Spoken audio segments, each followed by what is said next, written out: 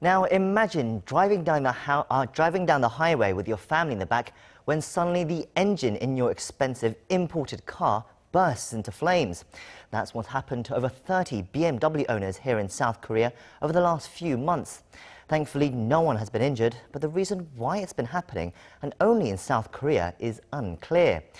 BMW have issued a belated apology and a recall, but the South Korean government has also been criticized for its slow and weak response.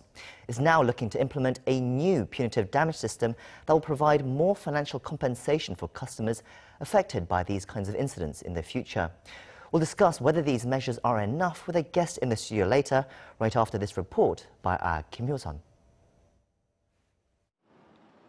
The South Korean government is mulling over a wider punitive damage system to deal with the recent BMW auto fire crisis. This comes amid public outrage over the German automaker's lackluster response, despite a continued number of cases of BMW sedans bursting into flames. The punitive damage system is intended to compensate consumers financially in amounts that far exceed the proven damage in cases when the manufacturer is found to have purposely acted illegally.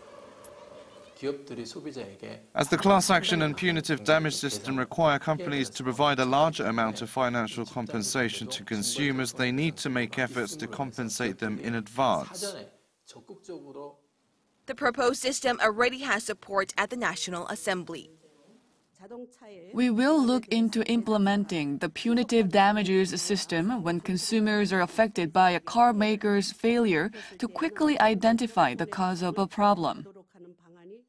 The Korean government is also seeking to adopt stricter criteria for submitting documents related to recalls, levying penalties for insufficient documentation. It also plans to fine the automaker 1% of its earnings when it's found to have attempted to hide or minimize the defects.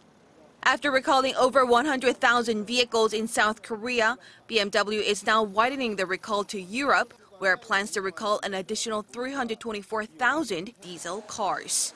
Kim Hyo-sun, Arirang News.